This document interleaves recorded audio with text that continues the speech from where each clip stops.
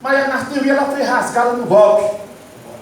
Depois temos outra lá de 88, que é a chamada Constituição Cidadã.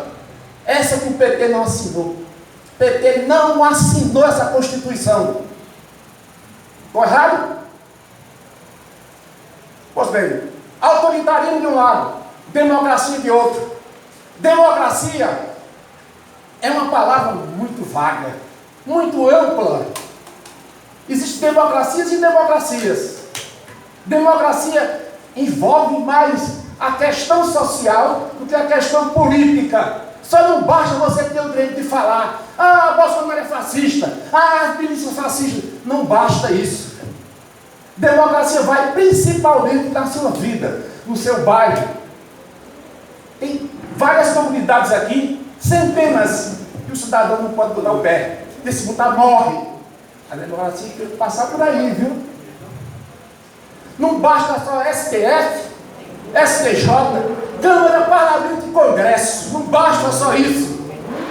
Eu me lembro que Lula, quando não está no poder, chegou a dizer: companheiros, ali tem 340 picaretas. Ele chegou a dizer isso, quando ele não era do poder.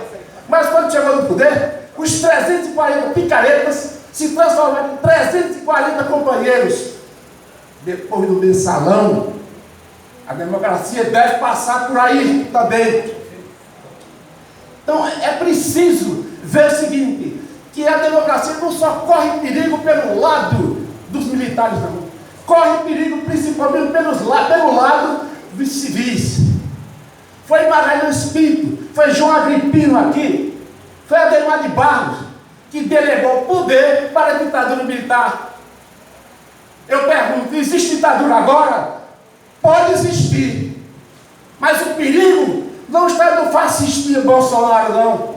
O perigo está nos fascistões do STF, que colocou agora 5.000 presidiários do submundo e do supramundo para nos aterrorizar. Triste daqueles que pensam que o maniqueísmo é de um lado o bem, os vermelhos, de um lado o outro, os verdes e amarelos. Não é por aí, não. Tem análise mais profunda para isso aí. Muito mais profunda. Eu não estou aqui para arrancar palavras nem nada. Estou para incutir consciências. Jogar lenha na fogueira. Para que vocês refletam direitinho esse maniqueísmo. De um lado bem, de outro mal. Não é assim, não. Tem muita coisa a ver aí. Eu tinha muita coisa a falar agora, mas deixa para o próximo encontro. Principalmente das ordens de 68. Deixa para o próximo. Companheiro Nino, cientista social, morador do Castelo Branco. Boa noite. É muito importante ouvir a experiência de pessoas que viveram, inclusive a coisa da tortura física e psicológica, né, como o Luiz citou, o tema da clandestinidade, viver fora de casa. E o que me preocupa, e eu queria muito ouvir de vocês, essa experiência que vocês passaram, é que a gente vive uma ditadura hoje. Eu tenho uma colega antropóloga de São Paulo que ela estuda grupos nazifascistas no Brasil. Nos últimos 10 anos, ela já catalogou, até o momento, 354 focos, grupos organizados nazifascistas para matar preto, matar homossexual, matar mulher, matar nordestino. E um desses grupos está localizado na Paraíba. Ela não soube me dizer se era em João Pessoa, mas está localizado na Paraíba. E aí acho que uma ação que a gente poderia fazer de imediato é identificar esse grupo e sufocá-lo, né? Se a gente quer agir de verdade, acho que a gente tem que agir com a arma que eles usam, né? Com a violência. A gente tem que destruir esse foco nazifascista com toda a força que a gente tiver, o que for preciso. Acho que esse erro que não foi feito lá, quando o general chamou o João Goulart, né, o cara já deu o relato aqui, chamou o João Goulart e disse: eu tenho, me nomeei, que eu vou lá para o Tesouro da Justiça, que a gente fala e a gente sufoca. E João Goulart não fez isso. E tantos outros líderes políticos, pensando nos seus votos, nas suas carreiras políticas, nas eleições, também não tomam esse tipo de atitude e deixam com que esses pequenos focos venenosos do ódio se proliferem. Então acho que é uma saída de encontrar esse foco aqui. Acho que eu tirei como uma grande lição a falar de vocês, não achar que esse foco nazifascista é insignificante. Entende? Eu acho que a fala que você me deu eles não são insignificantes, mesmo que sejam 3 ou 4 ou 10, mesmo que tenha gente desse grupo nazifascista aqui infiltrado nessa reunião, me olhando agora, por exemplo, e vai me perseguir, vai procurar, eu não tenho medo disso, né? não é possível, claro que é possível. Os grupos nazifascistas, eles se infiltram nos outros movimentos. Eles se infiltram, ele vira padre, ele vira pastor de igreja. É uma estratégia muito bem organizada. Quando a gente fala de grupo organizado, não estamos falando de amadores, não. São pessoas com muito ódio, com um propósito político, destruir a esquerda, destruir a justiça social, a democracia. Então, muito obrigado pela fala de vocês. E eu não sei se o que eu estou pensando aqui procede conforme a análise que vocês fazem dessa situação da nossa ditadura de agora.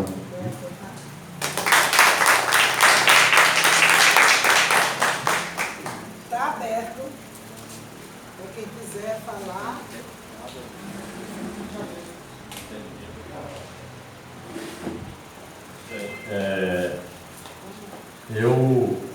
Meu nome é Vladimir Dantas, eu sou filho de Antônio José Dantas,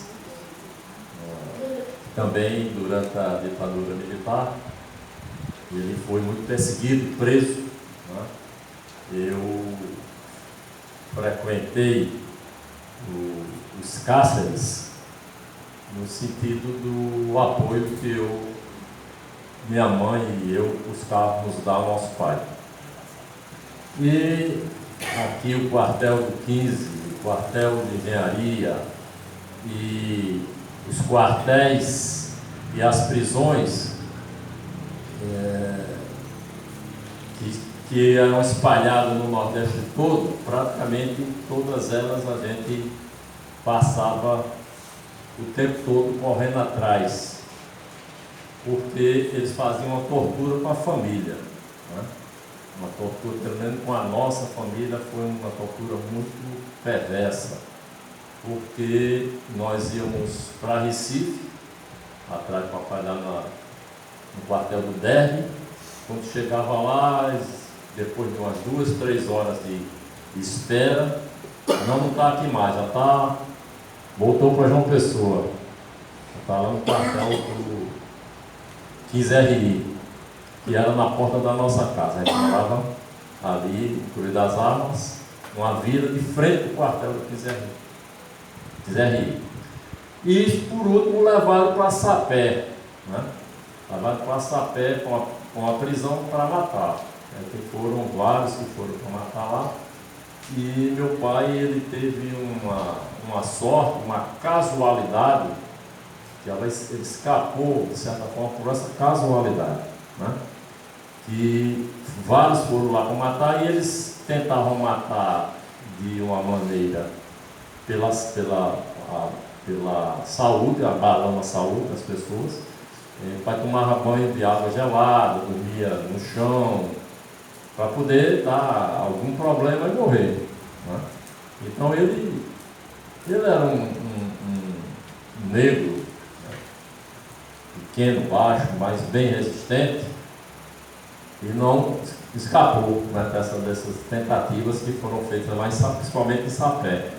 Que era uma prisão de Sapé, era uma cadeia pública, não era nada estrutura. Ainda existe, e aqui ali, logo nem fala da cidade, né? Não na cidade da cidade.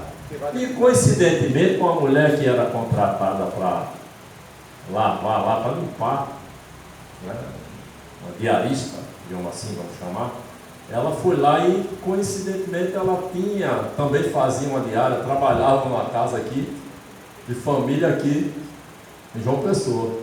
Falou, ó, vi seu Dano tá lá. Então, de repente, chegou a família dele lá, chegou um bocado de gente atrás dele lá.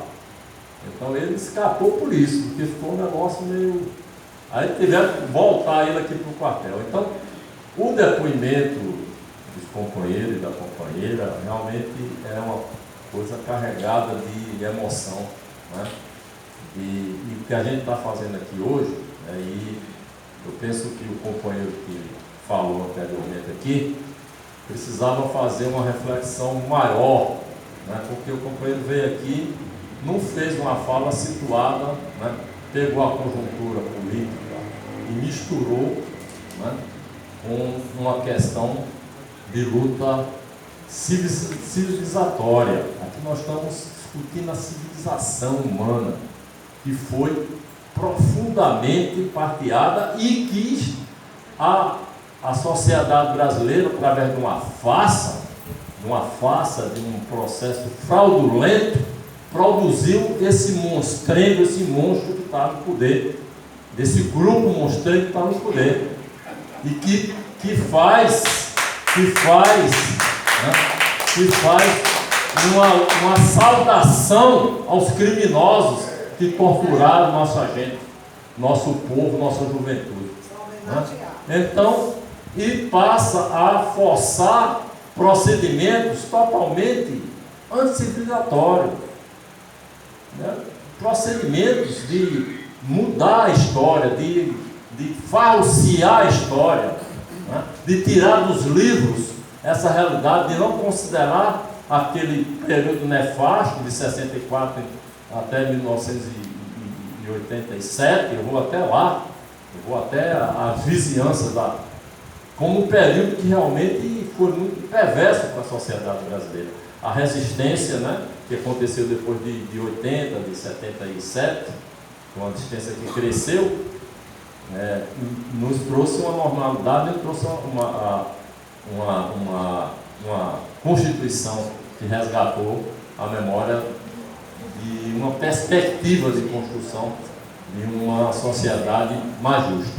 Então, aqui, nesse momento, a gente intensifica, viu, companheiro? Intensifica a luta para resgatar esse período, intensifica a luta para varrer do nosso país, que a gente precisa radicalizar cada vez mais, varrer do nosso país qualquer perspectiva de retrocesso, de ditadura, de agressão com a sua sociedade, com seus cidadãos.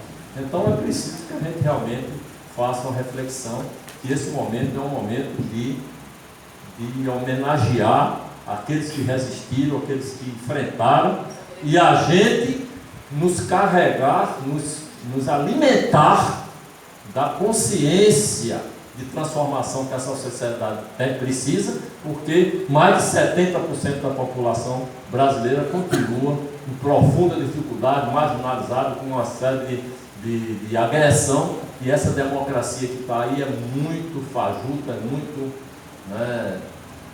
insignificante para aquilo que a gente precisa construir. Então, mais um compromisso que esses homens, que essa mulher estão aqui e dar esse testemunho merece todo o nosso clamor, toda a nossa solidariedade, todo o nosso apoio.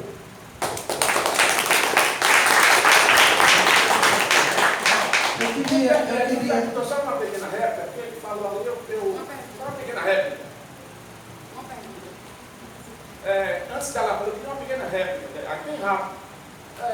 Companheiro, eu não sei, eu conheço o Wagner Dantas, eu conheci o irmão dele, a gente botou na universidade, você se lembra? Em 78 o movimento foi retomado na universidade. O primeiro discurso pós 68 aqui foi o meu, mas vai sim. Antes houve um movimento do Refazendo, que foi para tomar o BCE. Mas eu, com o Liberlu, com o Walter Preto, fui o primeiro a fazer um discurso lá e fui o primeiro a denunciar a morte de João Roberto. João Roberto foi morto em Catolé do Rocha, a mãe de João Agripino, que contactou com o DOPS de Pernambuco, que faz fronteira lá, e matou João Roberto crivado de balas. João Roberto frequentava a minha casa, não por mim, mas por meu irmão, eu era menino ainda. Meu irmão passou 24 anos de depressão terrível, porque João Roberto morreu. Companheiro, eu sei o que é 68, eu sei o que é lutar. Agora, combater Bolsonaro é uma coisa, e combater Bolsonaro em cima de tergiversações erradas da esquerda é outra. Eu analiso muito. Só colocar isso aí. Vai haver outros debates e vou me manifestar ainda. E como eu tenho para falar? Como, meu irmão? Antes de você falar, eu queria lembrar somente a Vladimir, coisa que ele esqueceu. Seu Dantas publicou um livro antes de morrer, resgatando a luta dele, que começou em Pernambuco ainda, por volta de 30, 37, 40, né? É interessante vocês darem uma olhada nesse trabalho de seu Dantas. Memória militante. Eu fui ao lançamento. Pessoal, boa noite. Eu gostaria primeiro de agradecer à associação pela iniciativa. Hoje é um dia muito importante, esse debate está sendo muito importante, muito esclarecedor. Muitas coisas que vocês falaram eu não tinha conhecimento, eu gostaria muito de agradecer. E gostaria também de perguntar à mesa, né, e às pessoas que participaram diretamente dessa luta tão importante na história brasileira, qual era a expectativa da esquerda, na época, com relação às movimentações prévias ao golpe? Por que se esperou tanto? O que se esperava, na verdade? Não se acreditava até o último momento que haveria golpe? E se essas movimentações, se essas vacilações, vocês enxergam também nesse momento atual, né, que a esquerda também deixa de se movimentar? Eu percebo que a gente tem um potencial de luta muito grande, né? Domingo passado eu estive em Recife, nós participamos do Festival Lula Livre, foi mais de 200 mil pessoas ali. Recife lotado. Você percebe que as pessoas querem fazer alguma coisa, que as pessoas querem lutar, querem se manifestar. Esse governo está acabando com as nossas expectativas, né, está entregando o país e as pessoas têm disposição cada vez mais de enfrentar. Só que a dificuldade é que essa disposição não encontra uma saída unificada para se manifestar, né? Então, eu gostaria de saber também de vocês como é que se desenrolou eu sei que muitos foram para a luta armada, né? Essa foi a saída que vocês encontraram naquele momento, né? Mas me parece que vocês ainda, naquele momento, ainda tinham partidos, né? E organizações que podiam ainda fomentar a luta, levar a luta adiante, né? Mas parece que a gente aqui ainda está no momento inicial e parece que a gente não tem tanto tempo assim como gostaria. Eu gostaria de uma palavra sobre vocês, sobre essas questões. Obrigada.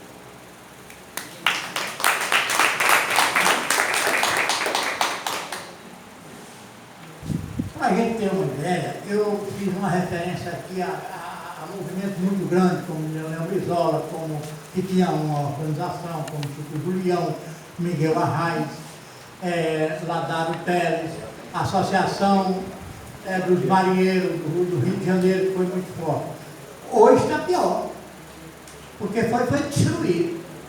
Entendeu? Nós saímos foi um erro nosso, revolucionário, que acreditava numa luta muito forte para contrapor o sistema capitalista, se envolvendo com o PT. Foi um erro, porque não levou a nada. E no caso do PT, não está desmoralizado só o PT, o MST, não, está desmoralizado a esquerda em geral. Vamos dizer, só para ter uma ideia, eu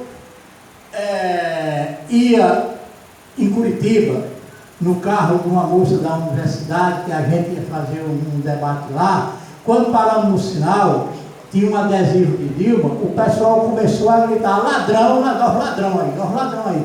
Então, está um clima desse jeito. Aqui no Nordeste ainda vai, mas para lá é pior, essa situação em que se encontra a esquerda. É preciso um trabalho muito grande e sem inclusão de classe, entendeu? Porque eu parto do princípio que para mim é uma luta anticapitalista, não é uma luta de denúncia de coisas, dessas coisas que a gente vê toda hora aí não, que eu até às vezes eu estava dizendo a mesa. Lênin dizia que o papel de um deputado comunista é denunciar o sistema capitalista. Esse jornalista denuncia mais que o deputado hoje no Brasil. É preciso criar uma nova organização, entendeu? Com decisão de lutar, não é para. Mas você há de ver que aí o carreirismo político foi que tomou de conta de tudo, não é? Então é mais ou menos isso. Vamos começar do zero.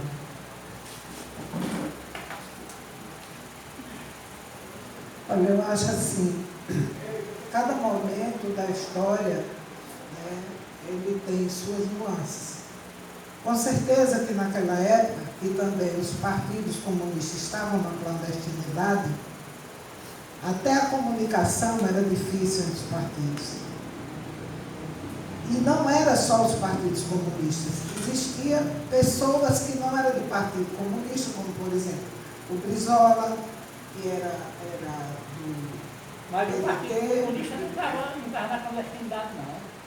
Eu até disse aqui, um general do Comitê Central do Partido, general do Exército e chefe do Partido Comunista Brasileiro, era o segundo homem da Casa Militar da Presidência da República. Não era, isso é fato, entendeu? Não estava na contabilidade. Vamos dizer, Carlos Prestes era tipo quase como um chefe político, um dirigente. Estou dizendo o seguinte. Você está falando o quê? Do governo Getúlio, é? Não, do governo que deu o golpe na gente. Do governo Castelo. Não, aí já está na criatividade.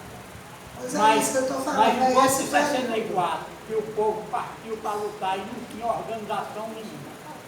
Pois é, estava na clandestinidade nesse período. Então, quer dizer, até as informações eram desencontradas. E naquele período surgiram também outras organizações, diversas organizações. E existiam tendências também diferentes. Por exemplo, existia a tendência do foco urbano, da luta armada urbana. Existia da luta armada a união de operários e camponeses, mas era uma luta mais programada, usando a tática da guerrilha. Existiam vários movimentos naquele período. Isso, de certa forma, trouxe uma certa, como é que se diz assim, insegurança, porque um admitia que havia um golpe, outros admitiam que não tinha golpe. Ele colocou aí o PCB, disse que não, achava que não vinha golpe, e as informações desencontradas, o resultado é que o golpe veio e encontrou todo mundo com a cara aberta, em tudo. Né? E o golpe de 64, estou falando do golpe de 64. Pois é. Então, quando nessa situação agora, eu acho que é uma situação diferente. Mas antes disso, eu queria me referir ao seguinte. Depois do golpe, veio todo um processo de luta pela redemocratização do país, que foi um período muito difícil, que foi exatamente a derrubada da ditadura. Foram 21 anos de luta para isso. Tivemos que engolir Sarney, que foi o fruto do acordo, porque não conseguimos as eleições diretas, e houve aquele acordo entre um candidato da direita, foi um acordo com os próprios militares, para entrar Tancredo Neves e Sarney, que era de apoio aos militares. Se engoliu aquilo ali por quê? Porque era para botar para fora os militares. Com a morte do Tancredo, pegamos o governo de direita, que foi o Sarney. E a luta pela redemocratização do país continua. Agora, eu quero registrar o seguinte. Nós não devemos, a gente sabe que em todos os períodos da história houveram erros. Mas a gente não pode simplesmente anular o período em que a gente conseguiu eleger Luiz Inácio Lula da Silva e começou uma nova fase no Brasil. Lula não é comunista, nem queria trazer o socialismo para o Brasil. Nunca quis. O PT não é socialista. Mas ele trouxe instrumentos importantes para o Brasil, que foram as políticas de inclusão que nunca tem havido no Brasil. As políticas de inclusão, tanto na educação, em todos os setores. A política externa brasileira, nós saímos da tutela de subserviência aos Estados Unidos, abriu o mercado para o mundo inteiro. Agora, a gente que acha que esperava que fosse um governo socialista, um governo ultra avançado, não era, mas foi importante. Eu acho que a gente não pode negar isso. Nós tivemos conquistas importantes nesse período. Erros foram cometidos, mas nós não podemos negar o que há de positivo nesse período. Acredito que se houvesse tido a possibilidade de continuar, algumas mudanças importantes eu acho que viriam, porque na realidade pegar o Brasil na situação de anos, centenas de anos, na mão da extrema-direita, da direita, extrema-direita, e pegar um operário e fazer o que ele fez, um cara simples do povo, eu acho que foi um feito muito grande, com seus erros, mas tivemos conquistas muito importantes. Eu acho que a gente não deve negar isso não. Porque se a gente negar, nós estamos fazendo o jogo da direita. É o jogo da direita. Então eu acho que a gente precisa avaliar as coisas, cada coisa no seu lugar, e a gente não negar o que há de positivo, fazer as críticas, mas sem a gente destruir aquilo que aconteceu de positivo. Eu acho, companheiro, que hoje está muito difícil, porque o trabalho feito pela extrema-direita para tomar o poder, ele foi muito bem feito. Ainda há uma parcela do povo que ainda está brigando por Bolsonaro. E essa parcela ainda é significativa. E o nosso povo tem uma característica diferente. Por exemplo, você vê o que está acontecendo no Chile, o que está acontecendo na Venezuela, o que está acontecendo. O povo vai para a rua brigar mesmo. Quero meu governo aqui. Aqui é um pouco diferente. É muito difícil você... É todo um processo para você levar o povo para a rua, como deve ir. Agora, nós estamos num período em que está havendo um acordar. As pessoas já estão vendo que se enganaram. E há uma proposta dos partidos de esquerda para que se forme uma frente ampla.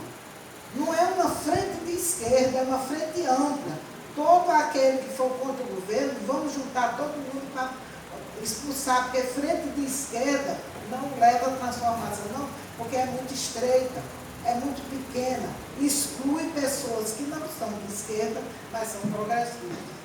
Essa é a proposta.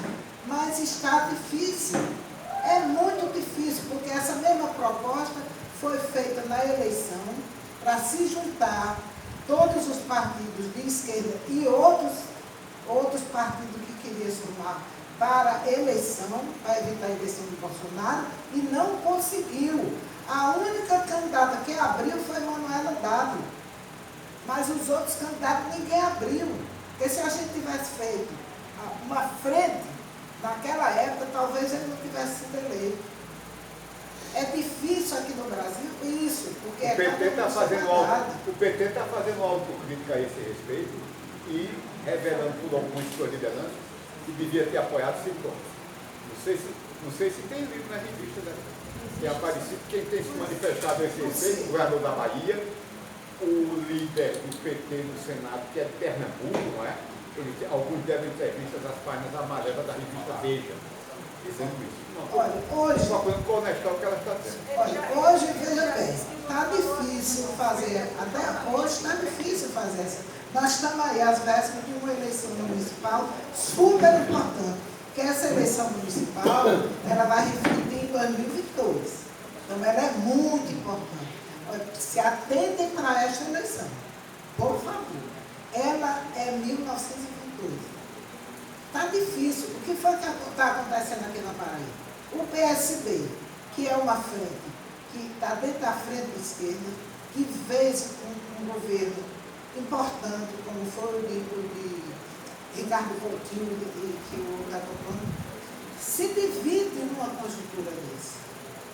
Olha que absurdo isso. Se dividir num momento desse é um crime. O PT não aceita a frente ampla. O PT quer ir só com a frente esquerda, não aceita a frente. É difícil aqui no Brasil se costurar essa frente ampla. E é a única saída. Isso foi feito no Chile, né? Isso foi feito no Chile, cuja ditadura foi muito mais feroz do que a daqui. Muito mais feroz. Você viu? Mas houve a transformação através dessa união que ela está falando aí. E na Argentina, o que foi que a meu nome dela? Cristina fez. Ela cedeu? Não é presidente, não. Você é a vice ou todo cara. Se fosse aqui, abrir a presidência da República, não abria. Mas o Fernandes é do mesmo partido.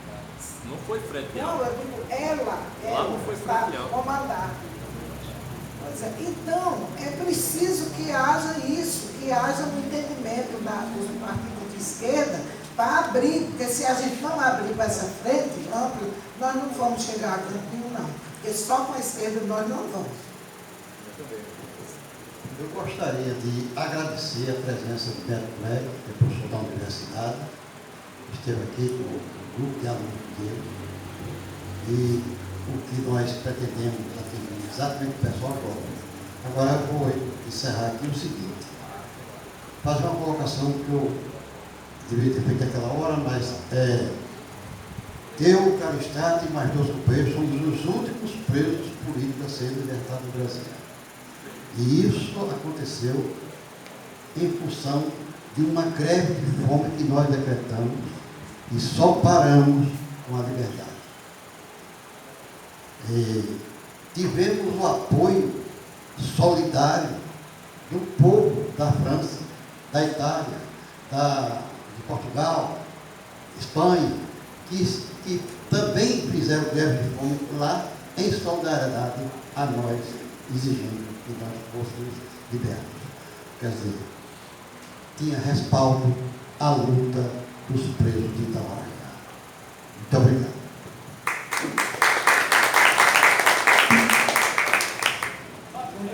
Agradece, eu quero só agradecer o convite. Acho que esses momentos para a gente discutir essas questões, eu acho que são muito importantes, principalmente as informações para quem, os livros dizem muito pouco em relação a isso, né? Então, ouvir relatos ao vivo eu acho que é muito melhor. E agradeço o convite aqui da associação, parabenizo a associação e a todos que estão aqui, que até essa hora estão nos ouvindo, eu acho muito importante. Muito obrigada. Olha, eu vou só, negócio passado, mas eu vou dizer. Uma vez a gente conversando com um bocado de companheiros do PT, tudo da direção nacional, e Lula me perguntou, você acha que o PT será destruído? Eu digo, só tem um negócio que destrói o PT. Porque o PT é pequeno, não está elegendo ainda ninguém, mas começa a ter respeito no meio da população. No dia que o PT se juntar com os ricos, aí começa o fim dele. Foi exatamente o que aconteceu. Mas o É a maior bancada da... PT está destruindo. Sim, mas pelo que ia, tinha a presença da Só República. pede por um parlamentar para o PSL. Porque eu também não acredito no O PT está mais vivo do que nunca. Vai estar na sua visão. Está mais vivo do que nunca. Só levantar a mão e bater para cima. Não. A única vez de esquerda será o PT. Pessoal, muito obrigado pela presença de vocês, pela paciência. Obrigado à associação pelo apoio que nos deu. Pessoal, agradecer a vocês.